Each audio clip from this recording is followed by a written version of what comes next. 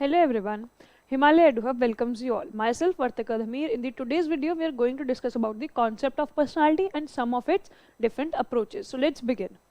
So when we talk about personality, वो एक individual को जो औरों से करेक्टरिस्टिक्स यूनिक बनाती हैं, सिंपल टर्म्स में उसे हम पर्सनालिटी कहते हैं कि हम औरों से जो खुद को अलग पाते हैं या कुछ डिफरेंस देख पाते हैं कि कोई इंसान है वो ऐसे आपके जैसे फ्रेंड्स होंगे तो आप कहेंगे आप वो किसी सिचुएशन में सपोज बहुत ओवर रिएक्ट कर जाते हैं और वहीं आप नॉर्मली रिएक्ट करते हैं तो आप यहाँ पर भी कहते हैं तू मुझसे अलग है या तू मुझसे सिमिलर है। तो ये सब चीज़ें जो है वो हम अपनी पर्सनालिटी की कहीं ना कहीं रिगार्डिंग डिफाइन कर रहे होते हैं। So personality is basically derive from a Latin word that is termed as persona. Persona एक तरीके का मास्क होता है कि जो कि हम यूज़ करते हैं।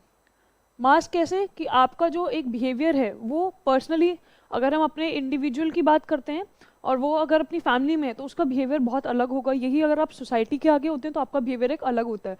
तो कहीं ना कहीं एक तरीके का मास्क हम यूज़ कर रहे होते हैं। जो हमारी खुद के रिगार्डिंग एक आइडेंटिटी होती है वो कहीं ना कहीं हम डिफरेंट एक तरीके से रखते हैं। यही अपने रिलेटिव्स फ्रेंड्स के आगे अलग, स्कूल के अंदर अलग, फ्रेंड्स के आगे बिल्कुल ही डिफरेंट। तो ये पर्सोना एक तरीके से हम मास्क है जो एक एक्टर जैसे एक मास्क यूज़ करते हैं ना कि वो रियल लाइफ में बहुत डिफरेंट होते हैं और जो रियल लाइफ में जो प्ले कर रहे हैं उसमें डिफरेंट होते हैं। उस तरह एक इंडिविजुअल भी पर्सनालिटी में ऐसे डिफरेंशिएशंस दिखाता है। So if you talk about its definition, personality refers to our characteristic way of responding to individual and situations. हम किस तरह से अलग अलग सिचुएशंस के प्रति रिस्पॉन्ड कर रहे हैं या किस तरह से एक्ट कर रहे हैं वो हमारी पर्सनालिटी को डिफाइन करता है, साथ ही साथ हमारे बिहेवियर को डिफाइन करता है। किस तरह के ट्रेट हम पोजेस कर रहे हैं। हम सपोज हम काम है या हम बहुत ज़्यादा लाउड है या बहुत ज़्यादा सबमिसिव है या डोमिनेटिंग है, ये सब जो आपके कहीं ना कहीं पर्सनालिटी के ट्रेट्स होते हैं जो पर्सन टू पर्सन वेराई कर सकता है। बहुत इंडिविजुअल सिमिलर भी होते हैं तो बहुत एक्सेप्शनली डिफरेंट भी। बट हाँ, कहीं ना कहीं हर किसी इंसान की जो पर्सनालिटी होती है दूसरे इंसान से डिफर करती है एट सम एक्सटेंट। हर सिचुएशन में ज़रूरी नहीं है जैसा आपका रिएक्शन है वैसा ही आपके किसी और फ्रेंड का भी हो। Now we will discuss some of its features जो कैरेक्टराइज होते हैं जिसके थ्रू हम पर्सनालिटी को इन डिटेल समझ सकते हैं। The very first is it has both physical and psychological component. अगर हम फिजिकल कॉम्पोनेंट की बात करते हैं तो वहाँ हम बात कर रहे होते हैं आपकी जैसे हाइट है वो औरों से आपको डिफ्रेंशिएट कराती है, आपका वेट है या कह लीजिए आपका बोलने का तरीका बहुत डिफरेंट होगा, सिचुएशंस की तरफ रिएक्ट करने का तरीका। तो ये सब चीज़ें आपकी हैंडल होती हैं फिजिकल में। Then when we talk about psychological component तो ये हम बात करते हैं आपकी मेंटल एबिलिटी कैसी है, आपका माइंडसेट कैसा है या आप अपने इमोशंस को कैसे कंट्रोल कर रहे हैं। इसके थ्रू हमें आपका कहीं ना कहीं साइकोलॉजिकल कंपोनेंट का जो एक तरीके से रोल है वो पर्सनालिटी में समझ आता है। When we discuss about the second one, its expression in terms of behaviour is fairly unique in a given individual. जिस तरह से आपकी जो पर्सनालिटी है वो एक यूनिक करेक्टरिस्टिक है। हर इंडिविजुअल कोई ना कोई ऐसा ट्रेट पोजेस करता है जो उसे औरों से डिफरेंशिएट बनाता है। सपोज किसी को पेंटिंग में इंटरेस्ट है, किसी को डांसिंग में, आपकी हॉबीज़ भी हैं वो भी कहीं ना कहीं आपकी पर्सनालिटी को डिफाइन करती है। किसी को बुक्स रीडिंग का शौक है तो ये सब कहीं ना कहीं फेयरली डिफरेंशिएट करवाता है कि आप किस तरह के ट्रेट पोजेस करते हैं। Next third is it's main feature is do not easily change with time. आपकी पर्सनालिटी जो है वो टाइम के साथ एकदम से कभी चेंज नहीं होती। हाँ, अगर कोई सिचुएशंस ऐसी आ रही हैं जिनको आप फेस कर रहे हैं तो वहाँ पर वेराई हो सकती है, बट मोस्ट प्रोबेबली जो आपके पर्सनालिटी के ट्रेट्स होते हैं वो स्टेबल रहते हैं। अगर कोई एक्सट्रोवर्ट है तो हो सकता है वो काफ़ी लंबे समय तक एक्सट्रोवर्ट ही एक्ट करे, कोई इंट्रोवर्ट है तो इंट्रोवर्ट ही एक्ट करे। ये डिविजन्स है पर्सनालिटी की जिस तरह से हम डिफरेंट डिफरेंट ट्रेट्स को स्टडी करते हैं। Next fourth is it is dynamic in the sense of that some of its features may change due to internal or external situational demands। आपकी सिचुएशन की डिमांड क्या है, इन्वायरमेंटल का कैसा pressure है आप पे, उसके थ्रू ज़रूर आपकी पर्सनालिटी के ट्रेट्स चेंज हो सकते हैं। सपोज किसी ने कोई बहुत बड़ा ट्रॉमा देखा हो अपनी लाइफ में, किसी लव्ड वन को खोया हो, कोई मेजर लॉस या कोई आपने बहुत कह लो ऐसे सर्कमस्टांसेस को ओवरकम किए है जैसे नेचुरल डिजास्टर या अर्थक्वेक, ऐसा कोई ओवरकम देखा है अपनी फैमिली के अंदर किसी को करते हुए, तो कहीं ना कहीं उनकी पर्सनालिटी में भी आप चेंज देख सकते हैं। जैसे कुछ अगर लोग हों पहले बहुत ज़्यादा चिल थे, बाहर आना जाना पसंद करते रहो, वहीं वो बहुत ज़्यादा एकदम रिजिड हो जाए कि फ्लेक्सिबिलिटी नहीं रही अपनों को अपने पास ही रखना क्योंकि उन्होंने अगर किसी को खो दिया है तो इस तरह का बिहेवियर भी शो करना स्टार्ट कर सकते हो। तो ऐसी सिचुएशंस में जो कि आपकी इन्वायरमेंट पे डिपेंड होती है उनके थ्रू आपकी पर्सनालिटी कहीं ना कहीं जो आपके ट्रेट्स हैं वो चेंज होते हुए देखे जा सकते हैं। Next we will discuss some major approach to study the personality. Here are three, that is the trait approach, type approach and interactional approach. When we talk about the trait approach, examinees specific psychological attributes along with individual tend to differ in consistent and stable ways. आपके अंदर जो कुछ specifically जो psychological attributes है उनके behalf पे जैसे आप डिफर करते हैं और वो आपके अंदर कंसिस्टेंट मतलब चलते आ रहे हैं स्टेबल ट्रेट्स हैं, उनके थ्रू जब आप औरों से डिफ्रेंशिएट करते हो आपके ट्रेट्स होते हैं। बेसिकली वन पर्सन में be less shy where another is more shy. तो यहाँ क्या है, आपने एक डिफ्रेंशिएशन देख लिया। ऐसे भी देख सकते हैं, अगर आप हो सकता है कि आप बहुत ज़्यादा बात करते हो, सामने वाला इतना ज़्यादा ना बोलता हो, या आपको जो है अपनी नॉलेज को एग्जैगरेट करने में या औरों को चीज़ें समझाने में इंटरेस्ट हो, बट सामने वाला वहीं अपने काम से काम रखता हो।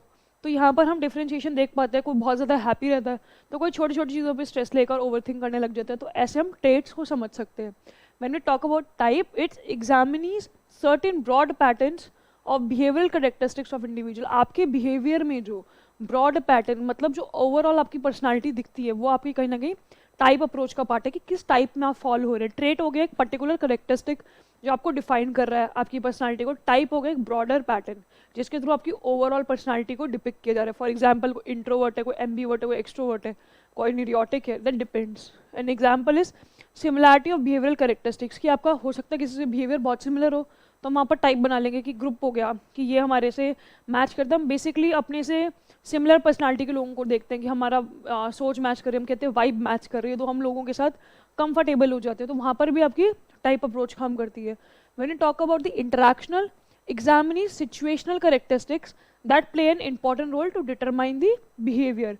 आपकी जो सिचुएशन के हिसाब से जो कैरेक्टरिस्टिक्स हैं या जो इन्वायरमेंट के थ्रू बिल्ड हुई हैं वो कैरेक्टरिस्टिक्स, सपोज करें पहले आप में कॉन्फिडेंस कम था, फिर आपको कोई ऐसा टीचर मिल गया या ऐसा स्कूल में कोई इन्वायरमेंट मिल गया जिसके थ्रू आपका कॉन्फिडेंस धीरे धीरे बिल्ट होने लग गया। तो ये क्या हुआ, इंटरैक्शनल का एग्जाम्पल कि आपके अंदर एक कॉन्फिडेंस बिल्ट हो रहा है तो आपके ट्रेट्स भी जो हैं वो चेंज होने लगेंगे थोड़ा थोड़ा। एक आप कहेंगे कि आप बहुत नंबर ऑफ ग्रुप के लोगों के आगे बात कर पाएंगे, ऑन दी अदर हैंड कोई और होगा तो शायद इतना अप्रोचेबल ना हो। तो ये इंटरैक्शनल अप्रोच जो है हम ऐसे समझ सकते हैं। For example observing peoples behaviour in place like market, home and etcetera. अगर आप देखेंगे लोगों का मार्केट जब आप जाते हैं आपका बिहेवियर बिल्कुल अलग होगा। हो सकता है आप में से कुछ लोग बार्गेनिंग में एंगेज होते हो, कुछ ना होते हो। ये आपके घर में आपका जो एक नेचर होगा या जो आपकी पर्सनालिटी होगी वो अलग होगी। यही आपके स्कूल में अलग, प्रिंसिपल के आगे बिल्कुल अलग। तो यहाँ पर हम टाइप्स देख पाते हैं, डिफ्रेंशिएट कर पाते हैं कि जब इंटरेक्ट करते हैं इन्वायरमेंट के साथ तो किस तरह से हमारी पर्सनालिटी जो है वो निकल कर आती है। So we will start with the personality related terms now कि कुछ ये टर्म्स बहुत इंपॉर्टेंट है। क्वेश्चन में आपसे आपके एग्जाम में पूछा जा सकता है, optional as you know MCQ है तो ऐसे पूछा जा सकता है। ये डिफरेंट जो पर्सनालिटी में इंपॉर्टेंट टर्म्स यूज़ होती हैं वो किस रिगार्डिंग है, ऐसे कुछ क्वेश्चंस पुट अप होते हैं। So first we will discuss about temperament. Temperament is biological base characteristic way of reacting. जो बायोलॉजिकल बेस है आपका जिसके थ्रू आप रिएक्ट करेंगे वो आपका टेम्परामेंट होता है। जैसे कोई होते हैं एग्रेसिवली रिएक्ट करने लग जाते हैं छोटी छोटी सिचुएशन में, चिल्लाना गुस्सा करना शुरू कर देते हैं। वहीं कोई अदर इंसान होगा वो हर सिचुएशन को ईजिली हैंडल करेगा, चिल रह के हैंडल करने की कोशिश करते थे। आपका टेम्परामेंट डिसाइड करता है ऐसी चीज़ें। Next is trait itself that is stable, persistent and specific way of behaving. आप स्टेबिलिटी आपके अंदर जो है जिस ट्रेट को लेकर, और आपका एक स्पेसिफिक पैटर्न जो है बिहेव करने का वो आपका ट्रेट कहलाता है। Next is disposition. Disposition is tendency of a person to react in a given situation in a particular way. आप किसी पर्टिकुलर सिचुएशन में एक तरीके का पर्टिकुलर एक्ट फॉलो कर रहे हैं वो आपका डिस्पोजिशन होता है। कि अगर सपोज करें आपके आगे कोई आपको बताया अभी 2 दिन बाद मेरा यूनिट टेस्ट है तो आप अपनी पढ़ाई में एकदम एंगेज हो रहे हैं, तो वो आपका क्या है, आपकी सिचुएशन चेंज हुई तो आपका बिहेव करने का जो एक्ट जो है वो भी चेंज हो जाएगा। तो कहीं ना कहीं अगर जब हमारे एग्जाम्स आते हैं हम बहुत ज़्यादा लॉन्ग ड्यूरेशन के लिए स्टडी करना स्टार्ट कर देते हैं, वो आपको डिस्पोजिशन शो करता है। Next is character. Character is the overall pattern of regularly occurring behaviour. जो आप रोजाना जिस तरह से आप बिहेव करते हैं, जो ओवरऑल पैटर्न है आपका, वो आपका क्या शो करता है, कैरेक्टर, जिसके थ्रू आपकी पर्सनालिटी को भी डिफाइन करने में हेल्प होती है। Next is habit. Habit is overlearned modes of behaviour. किस तरह से आपने किसी भी चीज़ को ओवरलर्न कर रखा है वो आपकी हैबिट होती है। जैसे हमें हैबिचुअल होते हैं, कुछ होते हैं कॉफ़ी चाहिए ही चाहिए, अगर पढ़ना है तो वरना नींद आने लग जाएगी। तो ये क्या है, आपकी हैबिट है कि बिना intake of caffeine you won't be able to learn और you won't be able to understand. तो यहाँ पर हम हैबिट को देखते हैं। Values, goals and ideas that are considered important and worthwhile to achieve.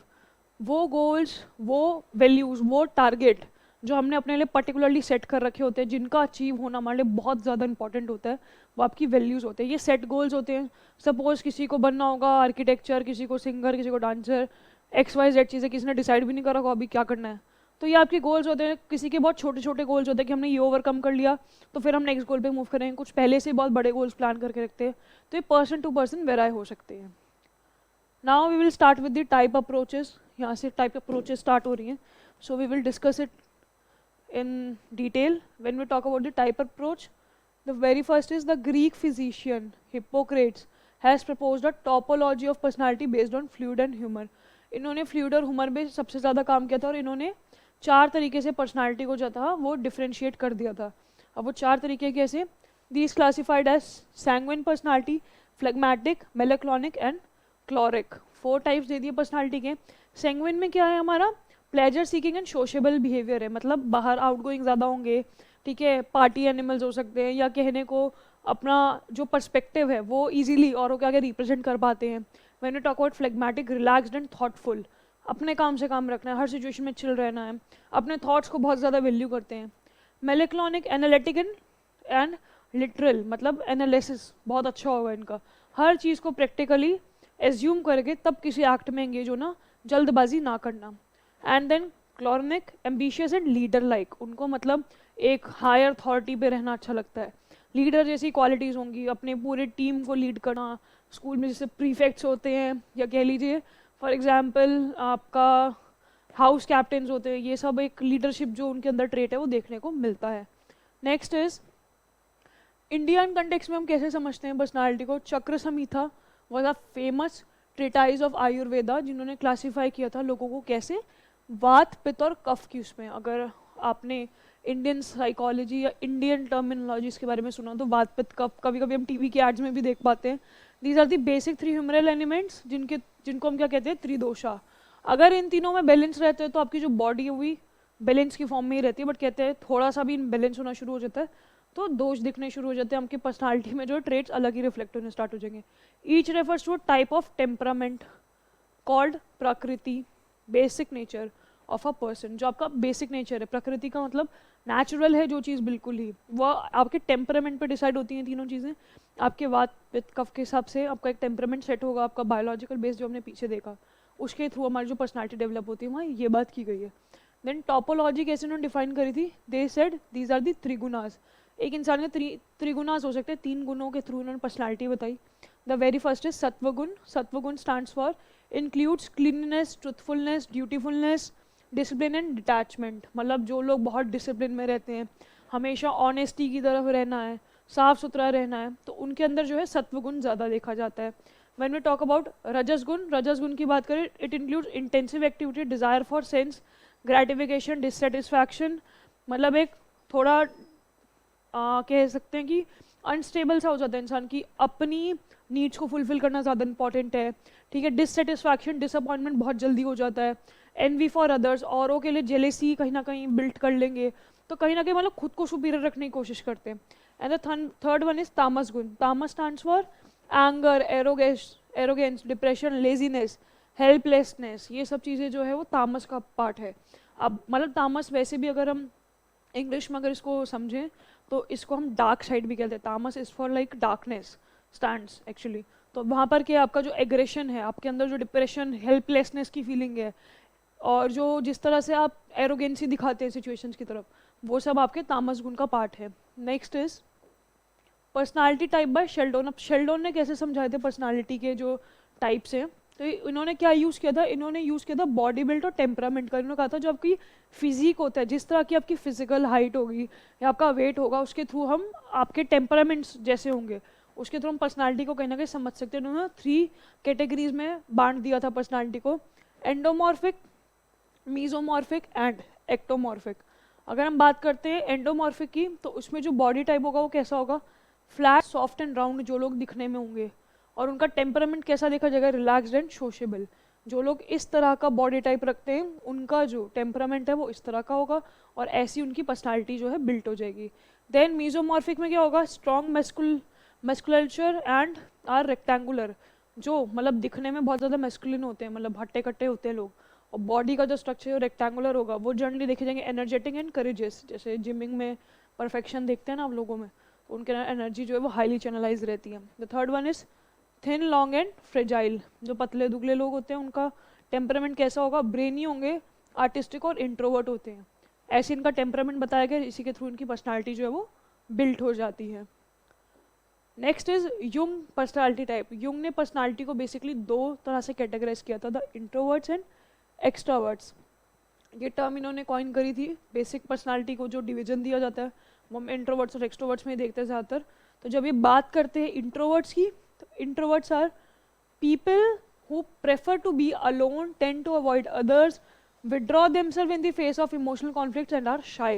जो लोग शांत रहना पसंद करते हैं, अकेले रहना पसंद करते हैं, उनको अपना स्पेस बहुत पसंद होता है, ठीक है, अपने काम से काम रखना, जनरली सोशल विड्रॉल ले लेते हैं अगर कोई इमोशनल अनस्टेबिलिटी को फेस कर रहे हो, या ये जो अपने इमोशंस को सिर्फ अपने क्लोज वन के आगे ही रख पाते हैं और जनरली शाय होते हैं नेचर में, उनको हम इंट्रोवर्ट कैटेगराइज करते हैं। When we talk about extroverts, these are sociable outgoing. इसी का ऑपोजिट, इंट्रोवर्ट का ऑपोजिट आपका एक्सट्रावर्ट होता है। Drawn to occupation that allow dealing with directly with people.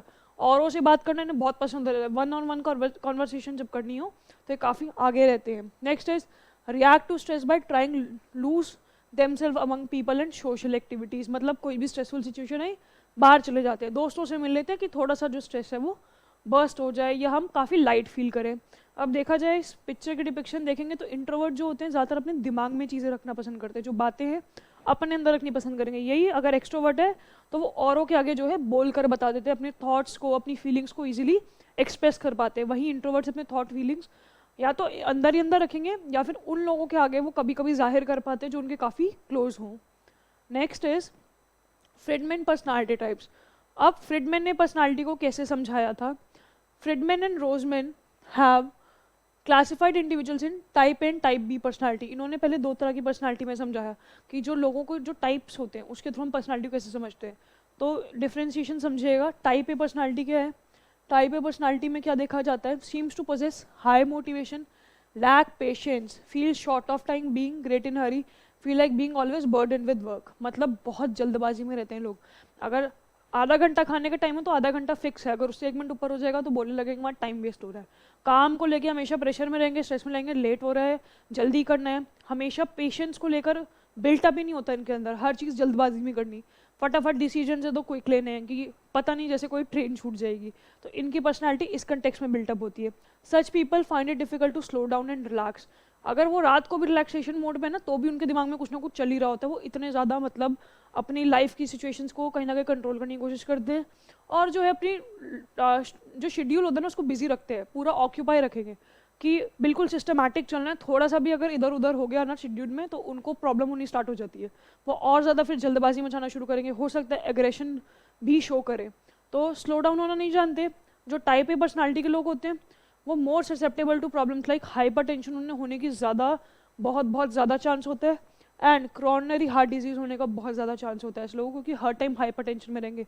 BP देखना इनका हाई मिलेगा आपको, मतलब हर किसी का नहीं बट ऐसा देखा जाता है जनरली कि जो बहुत ज़्यादा टेंशन है, ओवर थिंक करते हैं, उनको हाइपर टेंशन होने का चांस होता है।